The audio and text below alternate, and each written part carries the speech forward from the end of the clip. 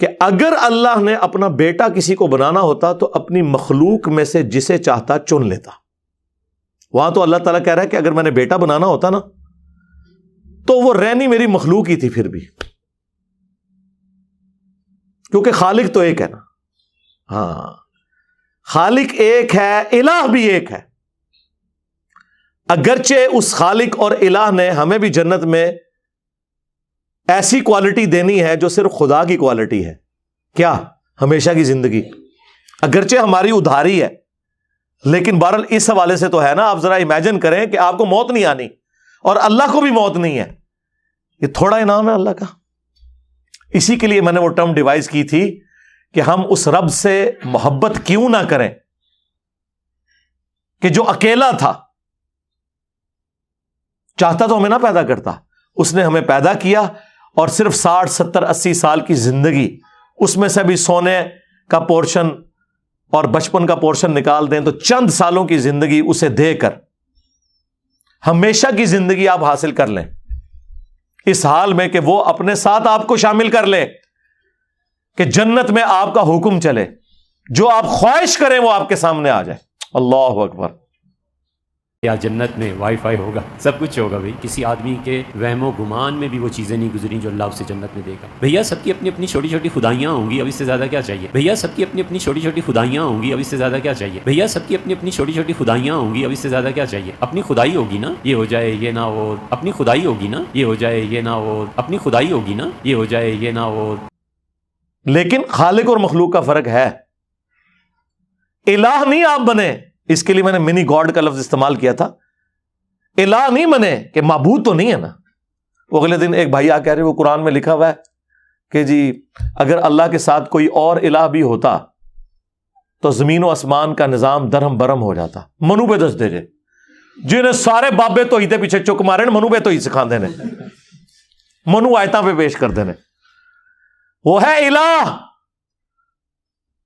معبود، کلی اختیار وہ صرف اللہ ہی کا ہے. وہ جنت میں بھی کلی اختیار اللہ ہی کا ہے، لیکن اس نے ہمیں دیا. ہم اللہ کے مقابلے پہ نہیں ہیں، اللہ کے اختیار سے، اس ڈومین سے باہر نہیں نکل سکتے. نہیں جی وہ جنت میں خواہش کی جائے گی تو ملے گا. کن فیکون کیوں کہہ دیا؟ سرکار آپ تو یہ بات ہی نہ کریں. آپ تو دنیا میں کہتے ہیں چاہیں تو اشاروں سے اپنے کایا ہی پلٹ دیں دنیا کی، یہ شان ہے خدمت گاروں کی. سرکار کا عالم کیا ہوگا؟ آپ تو کن فیکون، اللہ تو پھر بھی کن فیکون کرتا ہے، آپ تو کہتے ہیں بابے کن فیکون بھی نہیں کرتے. اس سے بھی اوپر ایسے اشارہ کر دینے داڑ تلے نہ ٹھو چلو. آیا مزہ؟ اچھا.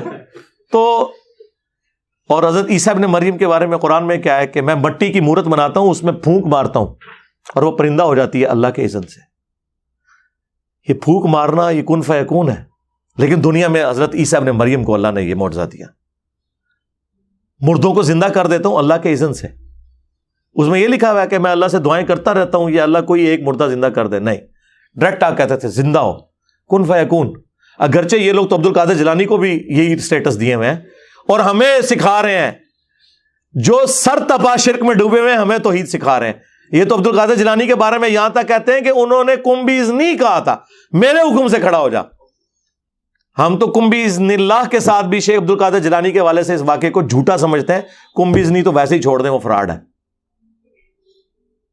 تو اسی لیے میں نے جو ویڈیو ریکارڈ کروائی تھی انجینئر محمد علی مرزا اسٹوڈنٹس کی عدالت میں نے کہا تھا ہمیشہ جب بھی کوئی اعتراض ہوگا تو آپ نے اصول اور مبادی کھڑے کرنے ہیں اور پھر بتانا ہے شرعی فتویٰ کیا لگتا ہے. کوئی بھی نہیں لگتا. یہ قادیانیوں کے حوالے سے بھی جو بات کی تو الحمدللہ ہم سے زیادہ کون ختم نبوت پہ کام کرے گا. باقی صرف اینٹی قادیانی ہیں، ہم تو ختم نبوت کے مجاہد ہیں. اصل ختم نبوت کے مجاہد تو ہم ہیں کہ ہم نے نہ چشتی رسول اللہ پارٹی کو چھوڑا نہ اشری رسول اللہ پارٹی کو چھوڑا. پارٹی سے مراد وہ ہے کہ جو اس کا دفاع کر رہی ہے مناظروں کے اندر. کل تک تو مناظروں میں دفاع کرتے تھے، آج کہتے ہیں کتابیں چینج ہو گئی ہیں. خواجہ نے کیا فرمایا؟ سنو کہ میں کون ہوں اور کیا ہوں. محمد الرسول اللہ صلی اللہ علیہ وسلم کے دربار کے کمینے غلاموں میں سے ایک ہوں. کمینے غلاموں میں سے ایک ہوں.